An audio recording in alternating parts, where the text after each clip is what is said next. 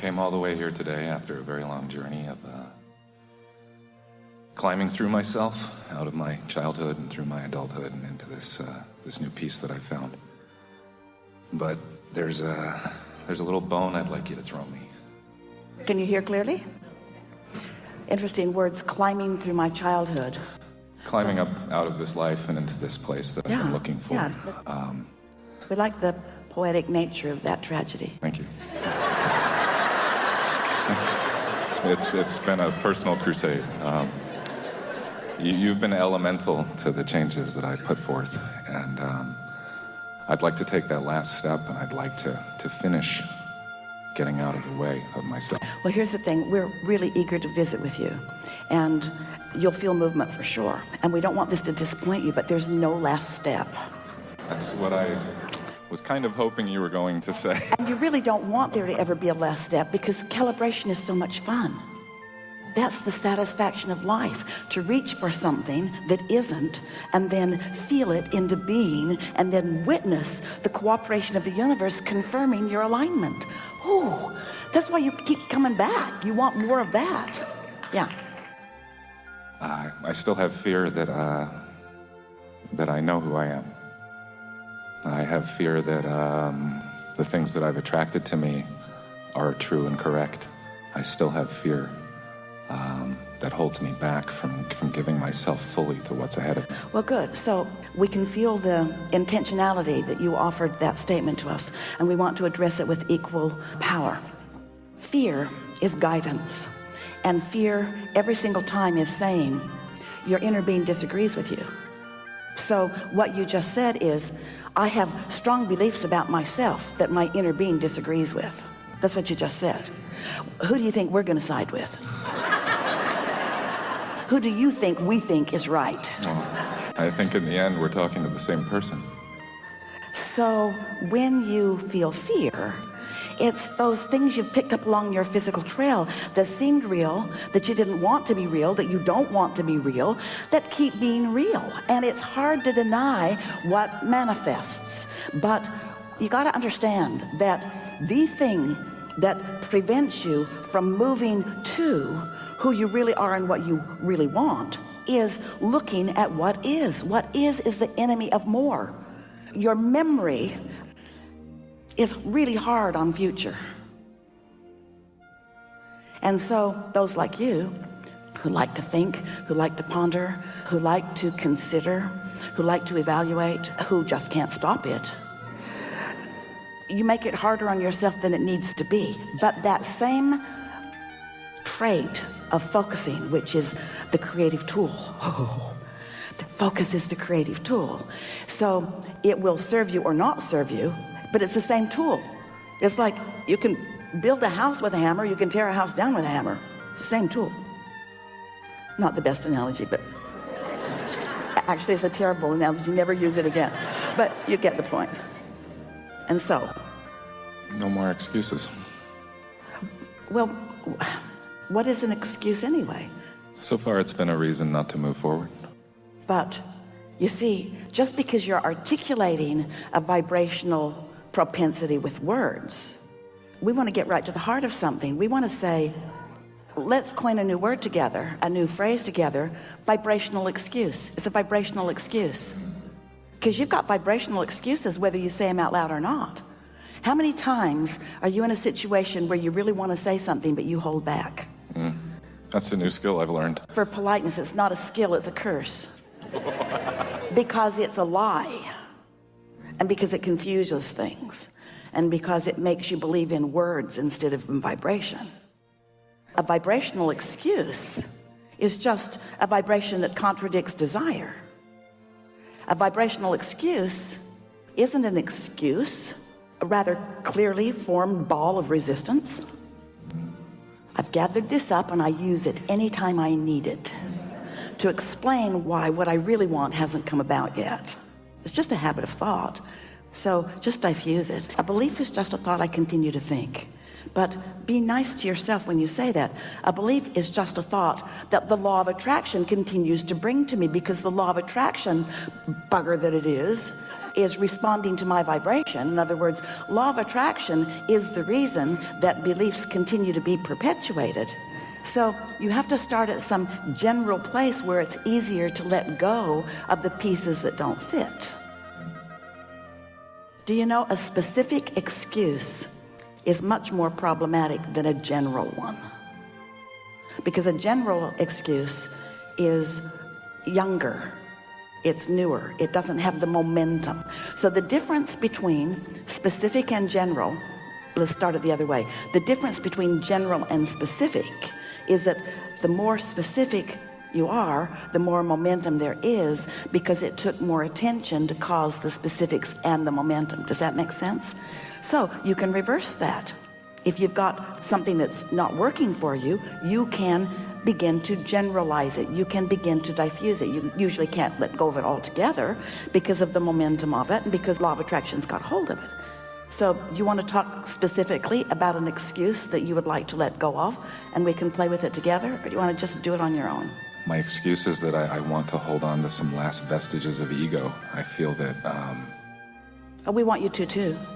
We want you to too, because your ego is so misunderstood. well, I mean the negative parts, the parts that still want validation outside of me instead of coming from within. But here's the thing, this is why this is tricky. Is it wrong for you to want to thrive?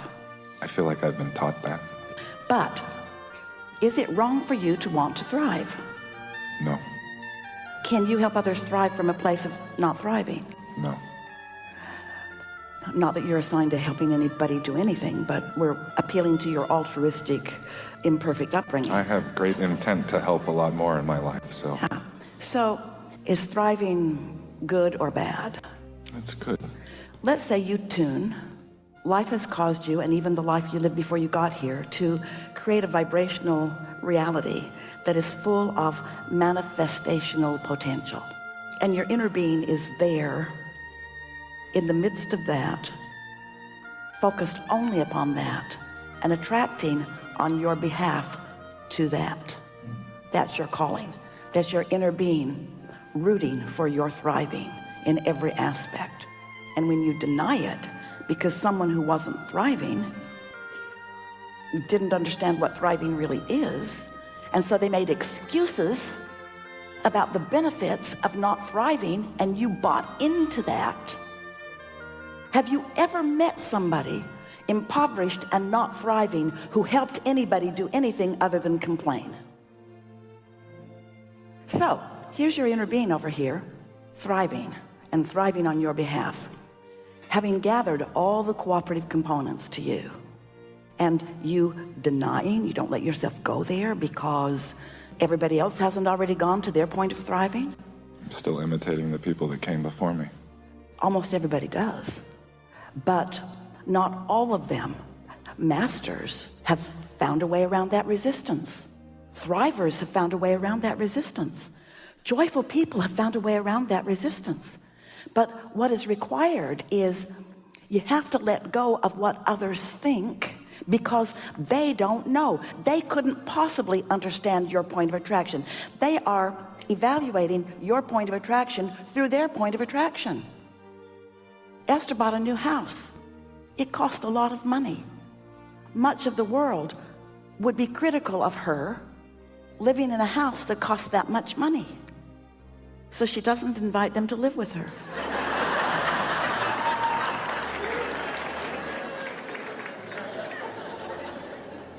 And she knows that she can't get sick enough to help sick people get well, or poor enough to help poor people become prosperous.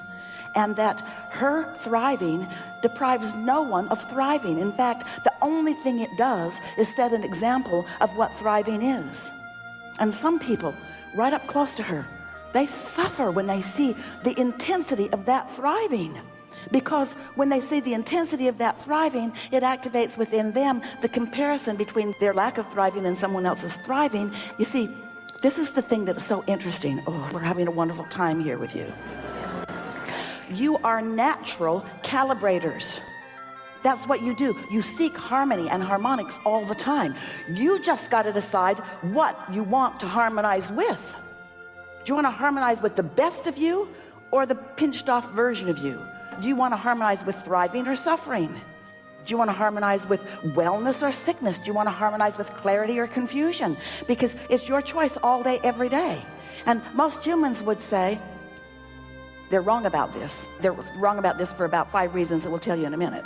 They're wrong about this because most people tend to harmonize with lack of thriving because it's altruistic. They think it is more spiritual. It's not either one of those. They think that it's better for humanity. It really isn't. But they do it because they care what others think, and they meet up with more people that harmonize with them over complaining about what's wrong than who harmonize with them over basking in what is going well.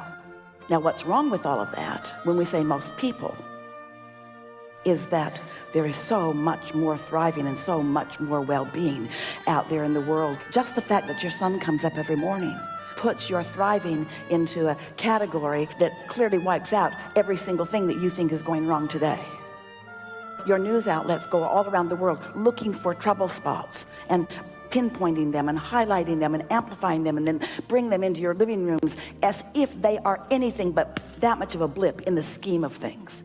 If the true lack of thriving were indicated on your television screen as you're watching some news report, or as you're watching television, let's say you're watching television all day long, you never turn it off, you're just watching it, and at some point during the day there's a zzz, like a zzz. What was that? Well, that was the representation of all the not well-being on the planet today, zzz, in comparison with the other 24 hours of perfect broadcasting of beautiful things, you see. And so you are like most people. You have let conscientious, well-meaning people that are trying to evaluate what's up with life based upon their observation of manifestations only, who have made every decision about their future based upon what is, so that their future ekes out minuscule improvements, because what is so rampant in their vibration that they can barely let it go. So every day is a new day, different faces, different places, just the same old stuff, because you keep observing what is instead of letting what is be the bouncing off place for who you really